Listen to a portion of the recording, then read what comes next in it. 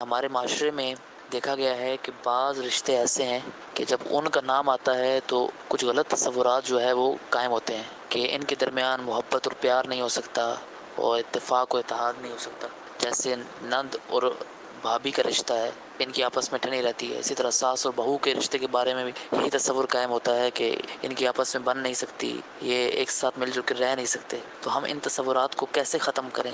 کچھ اس حوالے سے ہماری رہنمائی فرما دیں. ہر جگہ تو انڈرسٹوڈ ایسا نہیں ہوتا ہوگا کہ ساس بہو کی لڑائی ہی ہوتی ہو، نند بہو میں ایک دوسرے سے لڑتی ہوں، ضروری نہیں ہے. اللہ توفیق دے، حسن زن بندہ قائم رکھے، انشاءاللہ ایسا نہیں ہوگا. اور ہر ایک اگر اپنی ذمہ داری سمجھے نا کہ پر ایک مسلمان کی اہمیت، احترام مسلم، پھر اب رشتہ داریاں ہوئی ہیں تو صلہ رحمی کا بھی احساس کرے، کسی کی دل آزاری نہ ہو، اس کا بھی خیال رکھے، اپنی ذات سے کسی کو نقصان نہ پہنچے، تکلیف نہ ہو، شر نہ پہنچے، اس کا بھی اگر خیال رکھنا شروع کرے، یہ ذہن ہو، تو پھر جھگڑے نہیں ہو سکتے.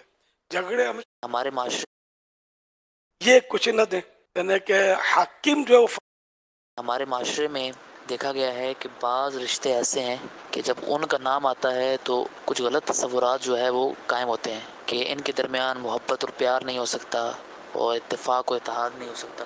جیسے نند اور بھابھی کا رشتہ ہے، ان کی آپس میں ٹھنی رہتی ہے. اسی طرح ساس اور بہو کے رشتے کے بارے میں بھی یہی تصور قائم ہوتا ہے کہ ان کی آپس میں بن نہیں سکتی، یہ ایک ساتھ مل جل کے رہ نہیں سکتے. تو ہم ان تصورات کو کیسے ختم کریں؟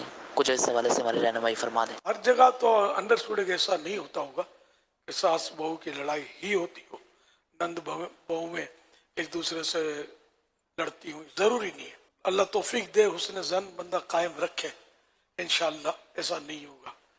اور ہر ایک اگر اپنی ذمہ داری سمجھے نا کہ پر ایک مسلمان کی اہمیت، احترام مسلم، پھر اب رشتہ داریاں ہوئی ہیں تو صلہ رحمی کا بھی احساس کرے، کسی کی دل آزاری نہ ہو، اس کا بھی خیال رکھے، اپنی ذات سے کسی کو نقصان نہ پہنچے، تکلیف نہ ہو، شر نہ پہنچے، اس کا بھی اگر خیال رکھنا شروع کرے، یہ ذہن ہو، تو پھر جھگڑے نہیں ہو سکتے.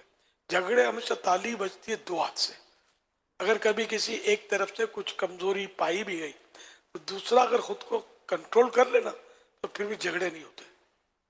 ایک نے اگر کمزوری کا مظاہرہ کیا، دوسرے نے بھی پھر اینٹ کا جواب پتھر سے دیا تو پھر جھگڑے ہی جھگڑے، پھر مشکل ہے. اگر اینٹ کا جواب پتھر کا جواب پھول سے دیں گے تو جھگڑے نہیں ہوں گے. تو نرمی سے اگر کام چلائیں گے تو جھگڑے نہیں ہوں گے.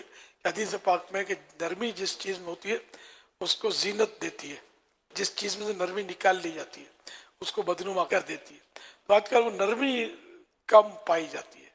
اپنا مفاد ہو، کوئی کام نکلوانا ہو، تب تو نرمی نرمی ہے. سراپا شر کو بھی سر کہہ کر خوش آمد کے ساتھ اور نرمی کے ساتھ بندہ خطاب کرے گا.